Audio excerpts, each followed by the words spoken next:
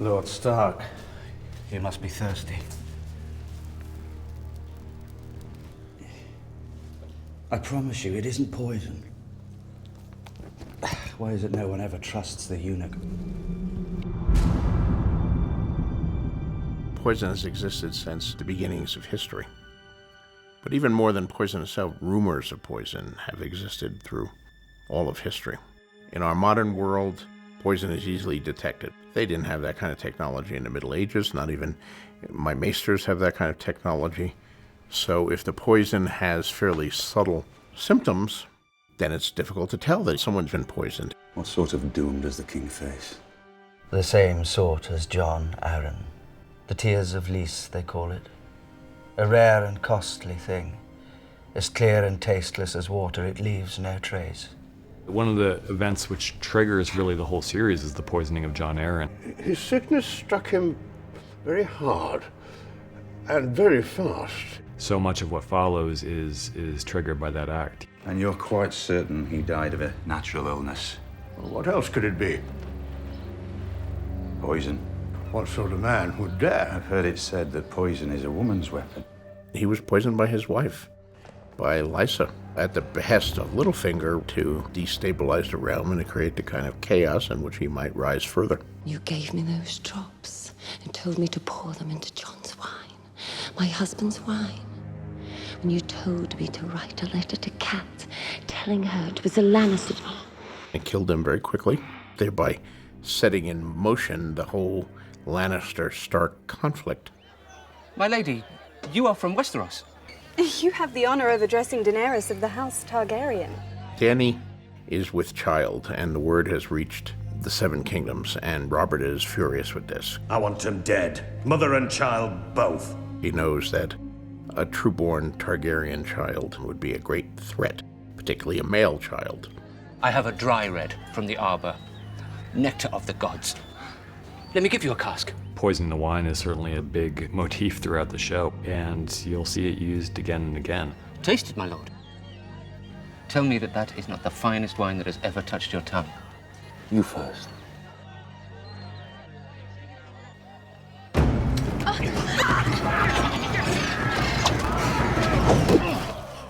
Some poisons have, or were thought to have, a positive medical effect. Thank the gods.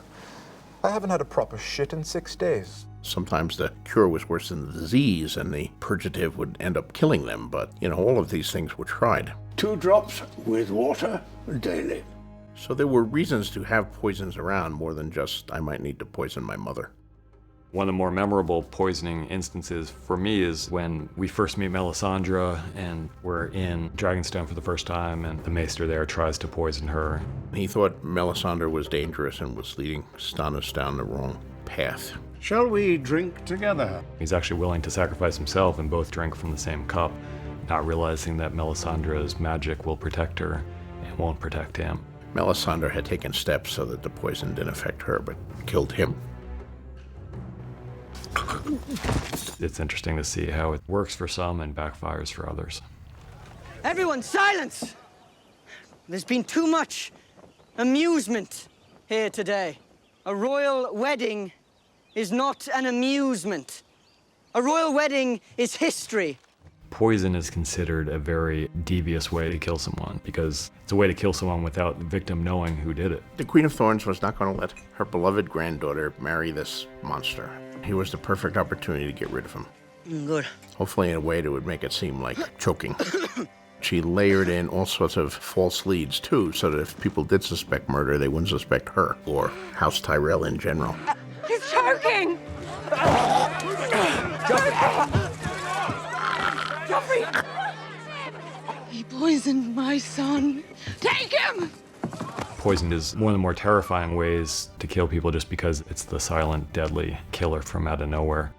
You may not have enjoyed watching him die, but you enjoyed it more than you would have enjoyed being married to him. I can promise you that. This season, I think it's important because Oberyn was such an important figure last year, and Oberyn was a master poisoner. Some believe the king choked. The king was poisoned.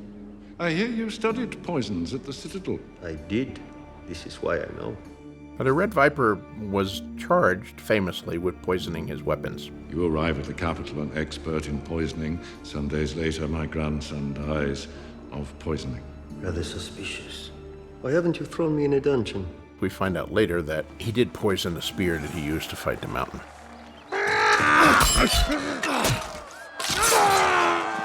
So even though the mountain kills him, the mountain is in the process of dying before he even gets around to that. Bloody mortals. The cause appears to be manticore venom. It is the Death's Head Manticore. Oberyn has given him a very potent and painful and slow-acting poison. You can save him. Stand a chance. You should know. The process may change. Will it weaken him? Oh, no. Very well, then. The death of Oberyn and the aftermath of his death is so important for Season 5 because we're seeing people who are willing to use poison in their quest to avenge him.